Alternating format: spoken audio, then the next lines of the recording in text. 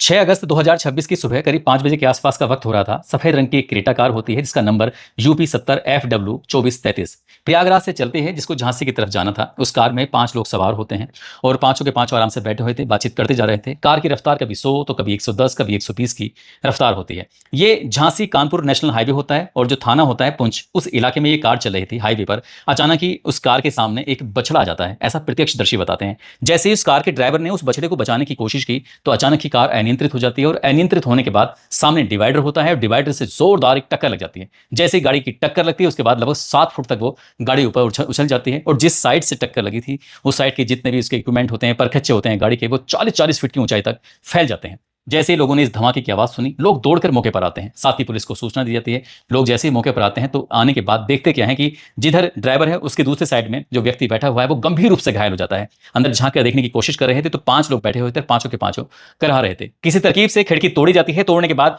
जो ड्राइवर वाली साइड का जो व्यक्ति होता है उसको बाहर निकाला जाता है और जैसे उसे निकाला जा रहा था तुरंत ही उसने कहा कि साहब मुझे बचा लो। उसके मुंह से ये आवाज निकलती है। उसके बाद उसके पीछे वाला जो साइड में बैठा हुआ था उसको देखा जाता है तो उसकी नब्ज टटोली जाती है तो वो मर चुका था।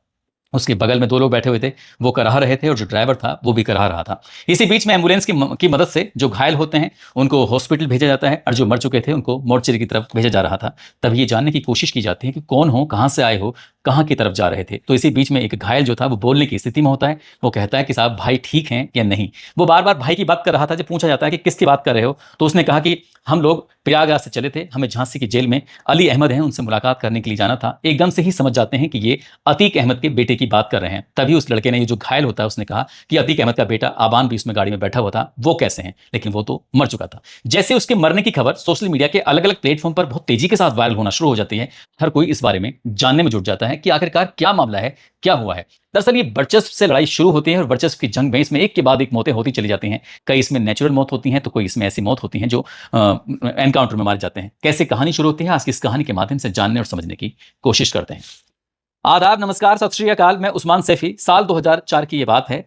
आम लोकसभा चुनाव की घोषणा कर दी जाती है और जैसे ही आम लोकसभा चुनाव की घोषणा की जाती है तो इलाहाबाद शहर पश्चिम से विधायक अतीक अहमद भी कोशिश में जुट जाता है ताकि उसको भी लोकसभा का टिकट मिल जाए। उसकी जद्दोजहद, उसकी मेहनत काम आ जाती है और उसको समाजवादी पार्टी की तरफ से फूलपुर लोकसभा सीट से टिकट मिल जाता है। जब टिकट मिलता है पूरी ताकत वो झोंक देता है। आखिरकार विधायक से वो सांसद बन जाता है। लेकिन जब सांसद बन जाता है तो उसकी जो सीट होती है शहर पश्चिम की, वो खाली हो जाती है। तभी उसने प्लान बनाया, क्योंकि सीट बहुत लंबे समय से वो जीत रहा था, क्यों ना ये सीट घर के घर में ही रह जाए।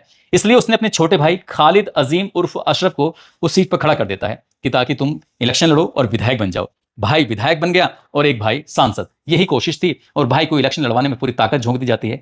बसपा से टिकट दिया जाता है राजूपाल को। राजूपाल को टिकट दिया जाता है। वो भी अपनी पूरी शिद्दत, पूरी ईमानदारी से लग जाते हैं। घर घर जाकर वोटरों से वोट मांग रहे थे। आखिरकार वोटरों ने राजूपाल पर अपना विश्वास जमाया और राज्यपाल को जिता देते हैं। राज्यपाल विधायक बन जाते हैं और सांसद अतीक अहमद होते हैं। तो यहां पर कहीं ना कहीं वर्चस्व की बात शुरू हो जाती है। उन्हें लग रहा था कि जिस सीट पर बहुत लंबे समय से कब्जा था, राज्यपाल ने उस सीट पर कब्जा कैसे कर लिया। बस यहीं से एक नोरा कुश्ती शुरू हो जाती है और हालत ऐसी हो जाती है कि फिर बाद मारधाड़ पर शुरू हो जाती है। आलम यह होता है कि 25 जनवरी 2005 को बसपा विधायक राज्यपाल की गोलियां बरसाकर हत्या कर दी जाती है। और जैसे हत्या होती है तो इस घटनाक्रम का एक चश्मदीद होता है। एक न केवल चश्मदीद होता है बल्कि उनका दोस्त भी था, रिश्तेदार भी, जिसका नाम उमेश पाल होता है। उमेश पाल इस मामले के मुख्य गवाह होते हैं और उन्होंने फैसला कर लिया था कि जो भी इस घटनाक्रम के, इस हत्याकांड के पीछे होंगे, हर हाल में उन्हें सजा दिलाकर रहेंगे। हालांकि उन्हें धमकियां भी मिलती रही, एक बार अपहरण भी कर लिया जाता है। तो इसलिए लगातार वो अपनी डिमांड भी कर रहे थे कि सब मुझे सुरक्षा चाहिए और गवर्नमेंट उनको सुरक्षा भी दे देती है। सुरक्षा में रहते हैं, उसके बावजूद भी जो उनके पीछे जो भी खतरा था, खतरा मंडराता रहता है। और खतरा मंडराता है 24 फरवरी 2023 को शाम के लगभग 5:15 के आसपास का वक्त हो रहा था। वो अपने घर जैसे ही आ रहे थे, अपने घर घूमनगंज प्रयागराज में लगता है। साथ में उनके 2 सुरक्षा गार्ड होते हैं जो सरकारी गनर होते हैं। एक का नाम संदीप निषाद होता है, दूसरे होते हैं राघवेंद्र सिंह। इसी बीच में एक क्रेटा कार आती है। उस क्रेटा कार में सवार कुछ लोग होते हैं और इसी बीच में उन्हें कोई बम फेंक के मारा था तो कोई लगातार गोलियां बरसा रहा था। हालांकि उमेश पाल ने बचने की कोशिश की। उनकी जो सरकारी गनर होते हैं संदीप निषाद और राघवेंद्र ने अपने आप को भी बचाने की कोशिश की और उमेश पाल को भी बचाने की कोशिश कर रहे थे। लेकिन जो गोली चलाने वाले थे, ये बम चलाने वाले थे, लगातार वो हमलावर होते हैं और एक के बाद एक लगातार गोलियां चल रही थी और इसमें उमेश पाल की हत्या हो जाती है। जो उनके सरकारी गनर होते हैं वो भी इसमें मारे जाते हैं। ये जो पूरा दृश्य था वो सीसीटीवी कैमरे में कैद हो जाता है। जैसे ये सीसीटीवी कैमरे में कैद होता है तो फिर पूरे देश भर में ये वीडियो सोशल मीडिया के अलग अलग प्लेटफॉर्म पर वायरल होना शुरू हो जाता है। सरकार पर लगातार दबाव बढ़ने लगता है। जो सरकार पर दबाव बढ़ रहा था, सरकार ने सीधा पुलिस को आदेश दिया। पुलिस से कहा कि कोई भी हो इसमें बचना नहीं चाहिए। जब सीसीटीवी फुटेजों को देखा जाता है तो इसमें एक अतीक अहमद का बेटा होता है, जो तीसरे नंबर का बेटा था, जिसका नाम असद अहमद होता है। उसको गोलियां बरसाते हुए साफ साफ देखा जा रहा था। पुलिस ने अब अपना काम करना शुरू कर दिया, लोगों को चिन्हित करना शुरू कर दिया, जो भी शूटर थे या जो भी इसमें बम बरसा रहा था। बस पुलिस ने अपना जब काम करना शुरू किया तो इसमें जो क्रेटा कार को चलाने वाला था, जिसका नाम अरवाज होता है, ड्राइवर, पुलिस ने उसकी घेराबंदी की। 27 फरवरी 2023 को आखिरकार प्रयागराज के नेहरू पार्क में पुलिस का उसका आमना सामना होता है। उसने पुलिस की तरफ गोली चलाई, पुलिस ने उसकी तरफ गोली चलाई, और जो गोलीबारी में यहाँ जो ड्राइवर होता है अरवाज, जो कि उस दिन उमेश पाल हत्याकांड में जो गाड़ी चला रहा था, वो ढेर हो जाता है, मारा जाता है। अरबाज होता है वो अली अहमद यानी कि अतीक का जो बेटा होता है, उसका ड्राइवर भी होता है, साथ ही उसका सुरक्षा गार्ड भी होता है। दोनों काम वो एक साथ कर रहा था। पुलिस अपनी कार्रवाई लगातार कर रही थी और 6 मार्च 2023 को एक बार फिर से पुलिस के हाथ विजय चौधरी उर्फ उस्मान नाम का जो इसमें वो व्यक्ति होता है, जो सबसे पहले उमेश पाल पर इसने गोली चलाई थी, जिसने सबसे पहले सुरक्षा कर्मियों पर गोली चलाई थी। पुलिस ने उसकी भी घेराबंदी करनी शुरू की और प्रयागराज में जो कोंधियारा एक जगह लगती है, 6 मार्च 2023 को आखिरकार पुलिस की एनकाउंटर में वो भी मारा जाता है। पुलिस लगातार प्रयास कर रही थी क्योंकि अतीक अहमद का जो बेटा था, अतीक अहमद का बेटा इस मामले में बिल्कुल साफ साफ दिखाई दे रहा था। पुलिस ने उसकी घेराबंदी करनी शुरू की, लेकिन वो पुलिस के हाथ नहीं आ रहा था, इसलिए पुलिस उस पर लगातार इनाम की राशि बढ़ाती चली जा रही थी। न केवल असद अहमद पर, बल्कि उसका जो साथी होता है गुलाम, उस पर भी इनाम की राशि बढ़ाती जाती है और बढ़ते बढ़ते राशि 5 लाख रुपए के आसपास कर दी जाती है। इनकी दोनों पर 5-5 लाख रुपए का इनाम घोषित कर दिया जाता है। उत्तर प्रदेश एसटीएफ ने झांसी में इनकी घेराबंदी की और घेराबंदी करने के बाद असद अहमद और उसका जो साथी होता है गुलाम अहमद, उनको गोलियां लग जाती हैं और वो पुलिस के एनकाउंटर में दोनों मारे जाते हैं। ये खबर भी अखबार में प्रकाशित हो जाती है, चारों तरफ इस बारे में चर्चा चलनी शुरू हो जाती है कि अतीक अहमद, जिसका इतना जबरदस्त तरीके से वर्चस्व रहा था, वो किसी से डरता नहीं था कि, और उसका जो बेटा मारा जाता है एनकाउंटर में, तो अब लोग एकदम से सोचने पर मजबूर हो जाते हैं कि आखिरकार क्या हो रहा है, क्या होने वाला है। तभी इसमें अतीक अहमद और जो अशरफ होता है वो उमेश पाल हत्याकांड के मुख्य साजिशकर्ता के रूप में देखे जा रहे थे। पुलिस इस मामले की जांच पड़ताल कर रही थी। ये दोनों अलग अलग जेल में होते हैं, उन्हें अलग अलग जेल से सीधा प्रयागराज लाया जाता है और ये तारीख थी 15 अप्रैल 2023, रात के लगभग 10:30 बजे के आसपास का वक्त हो रहा था। ये पुलिस के घेरे में होते हैं, चारों तरफ से पुलिस ने इन्हें घेरा हुआ था और ये जा रहे थे मोतीलाल नेहरू हॉस्पिटल में। लेकिन उसी जब परिसर में थे तो इसी बीच में पत्रकार इनसे सवाल जवाब करना शुरू कर देते हैं और इसी बीच में 3 जो लोग थे, बाद में उनका नाम पता चलता है, लवलेश तिवारी, सनी सिंह, अरुण मौर्य, ये मीडिया कर्मी बन के आए थे और बहुत ही करीब पहुंच जाते हैं। अतीक अहमद और अशरफ के करीब जाने के बाद आधुनिक हथियार इनके पास होते हैं और एक के बाद एक लगातार गोलियां बरसाना शुरू कर देते हैं। अतीक अहमद भी यहां पर मारा जाता है, उसका जो भाई होता है अशरफ, वो भी मारा जाता है और ये बात भी पूरे सोशल मीडिया के अलग अलग प्लेटफॉर्म पर पूरे जगह वायरल होना शुरू हो जाती है, चाहे वो प्रिंट मीडिया हो, इलेक्ट्रॉनिक मीडिया हो, हर जगह इसी बात की चर्चा होनी शुरू हो जाती है। उमेश पाल हत्याकांड में जो क्रेटा कार का मालिक होता है और वो प्रयागराज में एक मशहूर ईट ऑन रेस्टोरेंट का मालिक भी होता है, जिसका नाम नफीस बिरयानी के नाम से मशहूर होता है।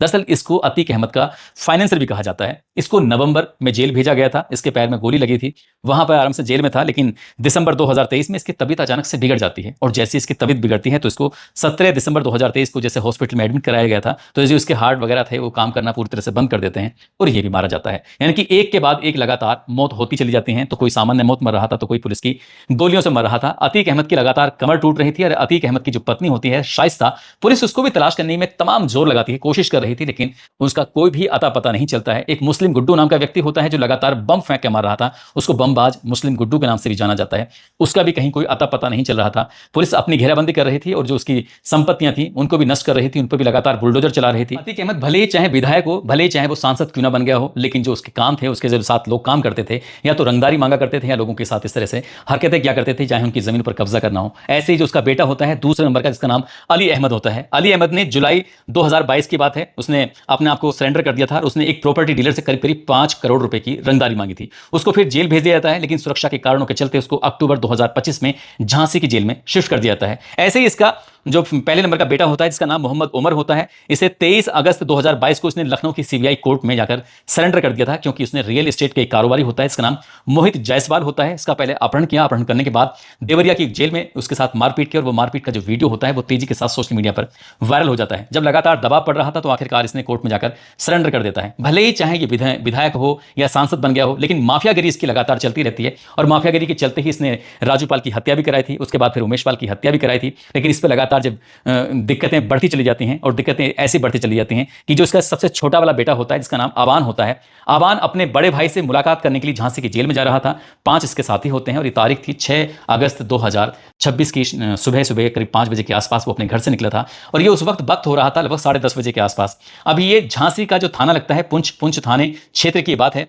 हाईवे पर जब उनकी कार चल रही थी, कार के ठीक सामने ऐसा बताया जाता है कि वहां पर एक बछड़ा आ जाता है और बछड़े से बचाने की वजह से ही रोड पर एक्सीडेंट हो जाता है। रोड पर एक्सीडेंट इतना जबरदस्त था कि कार के परखच्चे उड़ जाते हैं और जो 2 होते हैं इसके अंदर, जैसे आवान होता है, उसका एक दोस्त होता है इसका नाम सोनू होता है, उसकी मौके पर ही मौत हो जाती है। लेकिन 3 लोग जो होते हैं इसमें गंभीर रूप से घायल हो जाते हैं। जैसे मोहम्मद उमर घायल हो जाता है, फारूक और जैद ये गंभीर रूप से घायल हो जाते हैं। इनको महारानी लक्ष्मीबाई हॉस्पिटल में इनको एडमिट कराया जाता है। जैसे ही इनके बारे में खबर जब चलनी शुरू हो जाती है तो लोगों को बड़ा आश्चर्य हो रहा था, ताज्जुब हो रहा था कि एक व्यक्ति का जीवन बिल्कुल ठीक ठाक चल रहा था, सब कुछ बढ़िया, क्योंकि उनका अपना कुछ बिजनेस व्यापार भी रहा होगा कुछ ना कुछ, और खुद वो विधायक भी होता है। लेकिन उसने अपना वर्चस्व बढ़ाने के लिए, विधायक से सांसद बनने के लिए, और जब सांसद बन भी जाता है तो शायद उसने अपने भाई को और विधायक बनाने के लिए उसने एक व्यक्ति की हत्या कर दी थी जो कि बसपा का विधायक होता है, राजूपाल। उसके बाद इस परिवार पर ऐसी आफतें आनी शुरू हो जाती हैं कि वो आफतें कभी कम होने का नाम नहीं ले रही हैं। लगातार इस परिवार पर आफत आती चली जा रही हैं। इसमें अब तक उसके 2 बेटे मारे जा चुके हैं। 2 बेटे इसके सलाखों के पीछे हैं, एक बेटा बुआ के साथ है। जो इसकी पत्नी है उसका कहीं आता पता नहीं है, खुद भी मारा जाता है, उसका अपना छोटा भाई भी मारा जाता है। और जो इससे जुड़े हुए लोग थे उन्हें चाहे आर्थिक रूप से नुकसान हो या शारीरिक रूप से नुकसान हो, लगातार नुकसान पर नुकसान वो झेल रहे हैं। दोस्तों, इस पूरे घटनाक्रम को सुनाने का उद्देश्य किसी को परेशान करना नहीं है, किसी का दिल दुखाना नहीं है, बल्कि आपको जागरूक करना है, आपको सचेत करना है। और जाते जाते कुछ लोग हैं जैसे थान सिंह झाला हैं, आज इनका जन्मदिन है, राम जतन है, आज इनका भी जन्मदिन है, विक्रम भंडारी हैं, आज इनका भी जन्मदिन है। इन सभी को जन्मदिन की ढेरों सारी शुभकामनाएं, बहुत बहुत मुबारकबाद। कुछ लोगों ने नाम लेने की अपील की है, जिसमें शावेज हैं देहरादून से, साकरो हंसदा टुडू जो कि झारखंड के रहने वाले हैं, विकास कुमार हैं, SK मिश्रा, शुभम पांडे हैं, हरीश, विनय यादव, मंजीत कुमार, शाहरुख, प्रदीप कुमार मंडल कटिहार बिहार से, प्रदीप कुमार संत कबीर नगर से, गौस आलम अंसारी कुशीनगर मौका टोला से, मोहम्मद शावेज चौधरी शामली से, विक्रम भंडारी हरिद्वार उत्तराखंड से। आप सब लोग अपना ख्याल रखें, सुरक्षित रहें। जय हिंद, जय भारत।